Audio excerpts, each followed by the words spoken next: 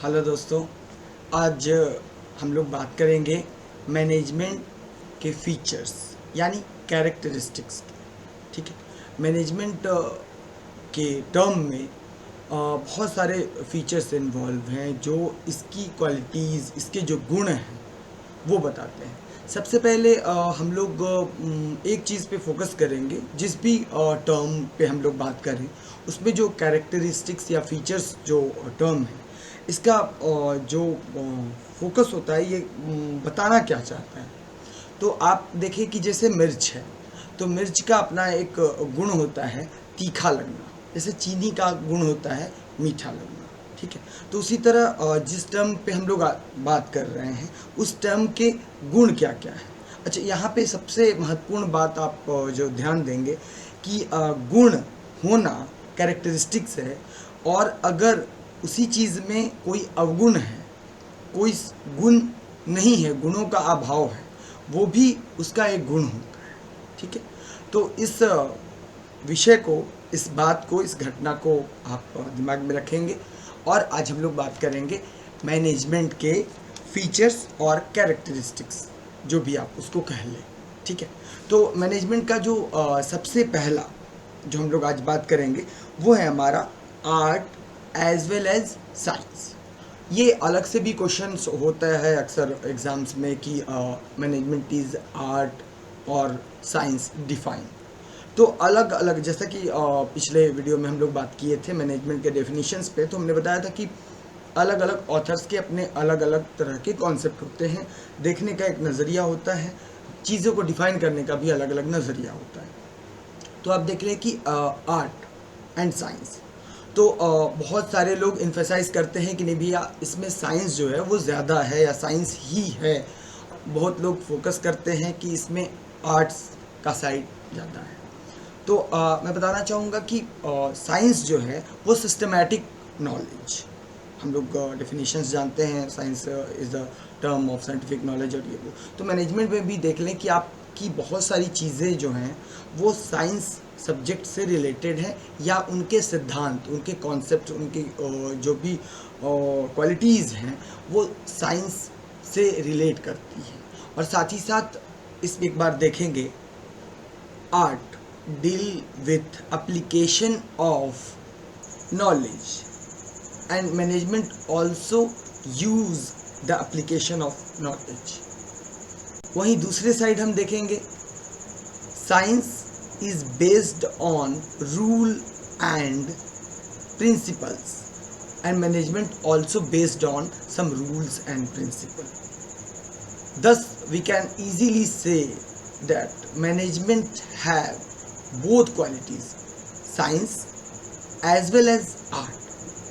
तो ये हमारी पहली कैरेक्टरिस्टिक्स हुई जो अभी मैंने बताया मैनेजमेंट की। Management is art as well as science. दूसरे कैरेक्टरिस्टिक्स की बात जब हम करें तो मैनेजमेंट इज़ एन एक्टिविटी।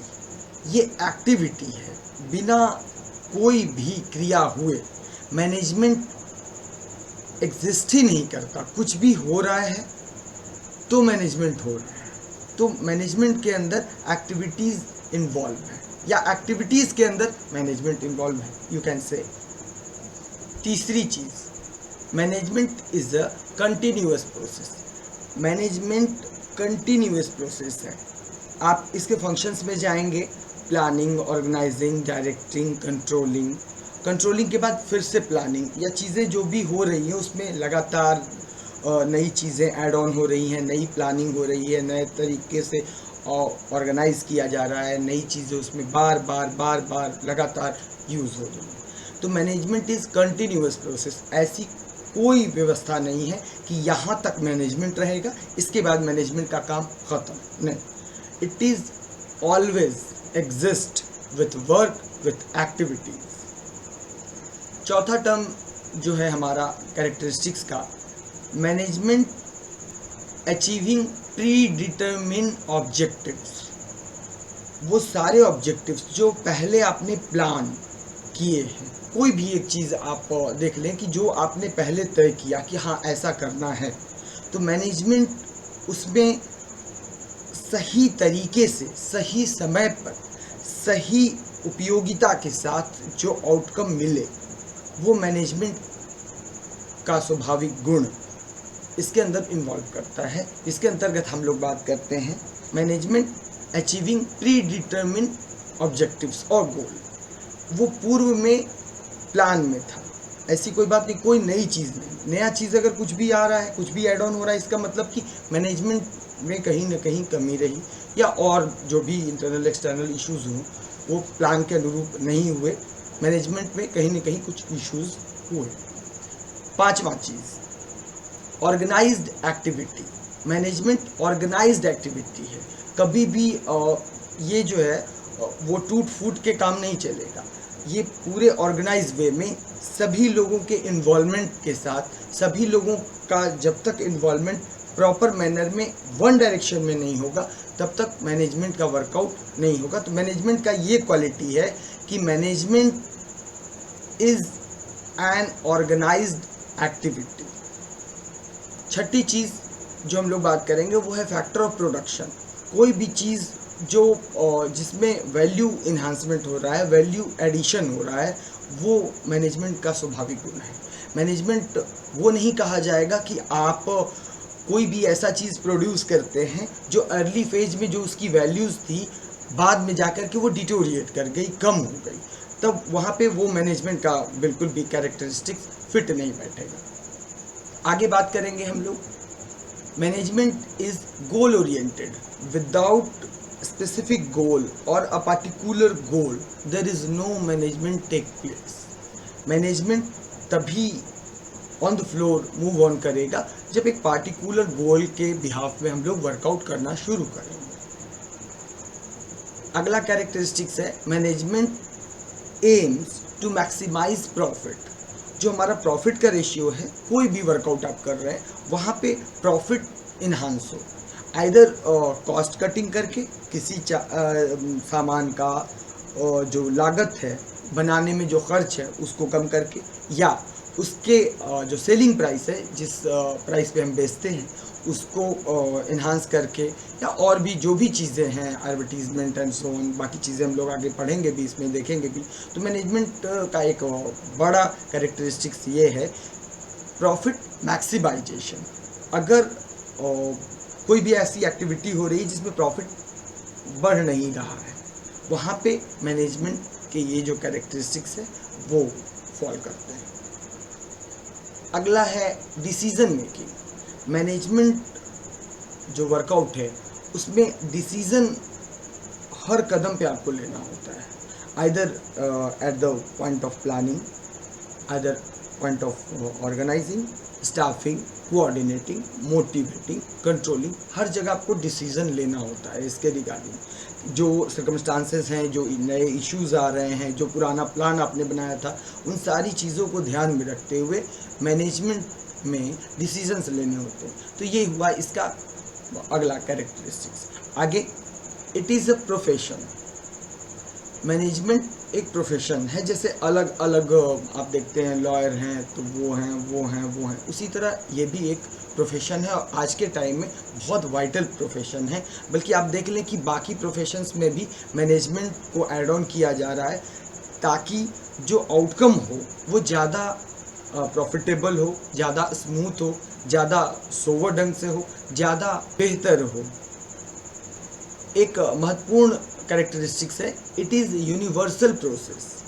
ऐसा बिल्कुल नहीं है कि हमारे देश में मैनेजमेंट प्रोसेस में है और बाकी के देशों में नहीं है, यहाँ पे काम कर रहा है और बगल वाले शहर में काम नहीं कर रहा है, ऐसी बिल्कुल बात नहीं है। मैनेजमेंट यूनिवर्सल प्रोसेस है, ये जहाँ भी एग्जिस्ट करता है, जहाँ भी एक्टिविटीज़ वर्कआउट इन प्रोसेस होती है वहाँ पे मैनेजमेंट रिक्वायर्ड होता है, ये इसका स्वाभाविक सा गुण है।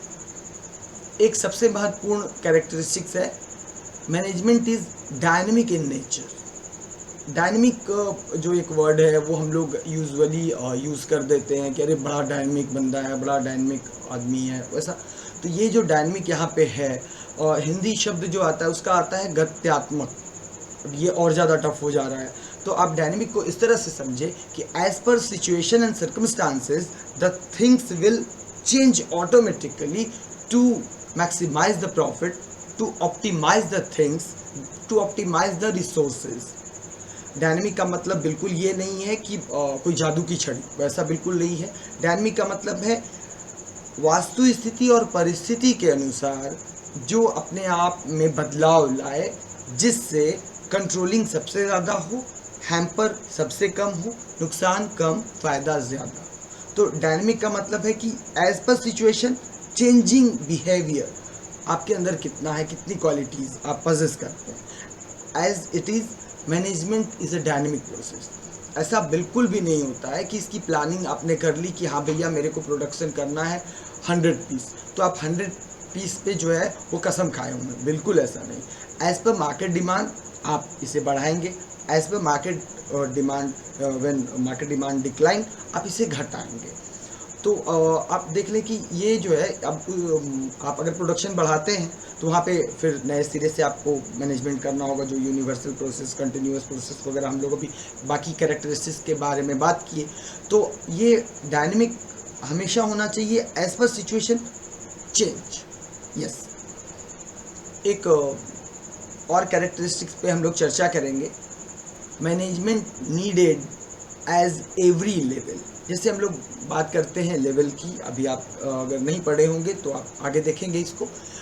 अलग अलग लेवल होते हैं, lower level, middle level, upper level, जो हायर अथॉरिटी होती है, जो डिसीजन मेकिंग किसी भी ऑर्गेनाइजेशन में होते हैं। जैसे आप घर में ही ले लें, जो हमारे मम्मी पापा या घर में जो दादा दादी जो गार्जियन हैं वो हमारे जो है एडमिनिस्ट्रेटिव लेवल में हैं, उन्हीं के हिसाब से हम लोग वर्कआउट करते हैं और हम लोग एग्जीक्यूशन लेवल में आते हैं।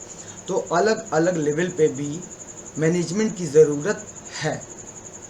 जो हमारा क्लासिकल अप्रोच था उसमें बहुत ज़्यादा इन्फेसाइज इस बात पे नहीं किया गया था, लेकिन ये सिद्ध है कि मैनेजमेंट हर लेवल पे उतना ही इम्पॉर्टेंट है। अगला कैरेक्टरिस्टिक्स है management have leadership quality. Management कहीं पे भी लीड करता है, लोगों को गाइड करता है काम करने के लिए, अलग अलग एक्टिविटीज़ करने के लिए। इसके अंदर नेतृत्व की क्षमता है जो इसको बाकियों से आगे रखता है, बाकियों से बेहतर बनाता है। यहाँ पे लीडरशिप का फंक्शन अगर हम देखें तो the person who Leeds, the person who initiate. तो मैनेजमेंट हर जगह लीड करता है, इनिशिएट करता है। तो मैनेजमेंट का ये स्वाभाविक गुण है कि उसके अंदर लीडरशिप का भाव होता है। आगे बात करेंगे, मैनेजमेंट इज सोशल एक्टिविटी। जी हाँ, बिल्कुल। अब यहाँ पे कोई सोशोलॉजी की बात तो हो नहीं रही है, बट मैनेजमेंट अप्लाई हो रहा है और ये लोगों से जुड़ा हुआ है। लोग मतलब हम आप। अगर एक ऑर्गेनाइजेशन की बात कर ले तो एक एमडी है, उनके नीचे सीईओ हैं, उनके नीचे मार्केटिंग, फिनांस वगैरह वगैरह सारे लोग हैं। तो ये पूरी एक जो स्ट्रक्चर है वहाँ पे सारी जगह ह्यूमन है, ठीक है। तो सारे ह्यूमंस जो आपस में कोऑर्डिनेट कर रहे हैं, कोरिलेट कर रहे हैं, इंटरेक्ट कर रहे हैं, तो ये सारी चीज़ें मैनेज्ड वे में हो। The relation between senior and subordinates, the relation between executive and administrative, the relation between staff and line staff, ये सारे जो आपस के कोऑर्डिनेशन हैं वो सोशल अप्रोच पे ही काम करते हैं। और साथ में जहाँ पे व्यक्तियों के साथ जुड़ाव और सबके बेहतर बनाने की बात हो, तो मैनेजमेंट के अंदर ये स्वाभाविक सा गुण है कि उसके अंदर सभी को बेहतर और सभी को अच्छा समझने और बनाने की योग्यता है। एक महत्वपूर्ण कैरेक्टरिस्टिक्स है, management is flexible in nature. Management कभी भी रूड नहीं होता है।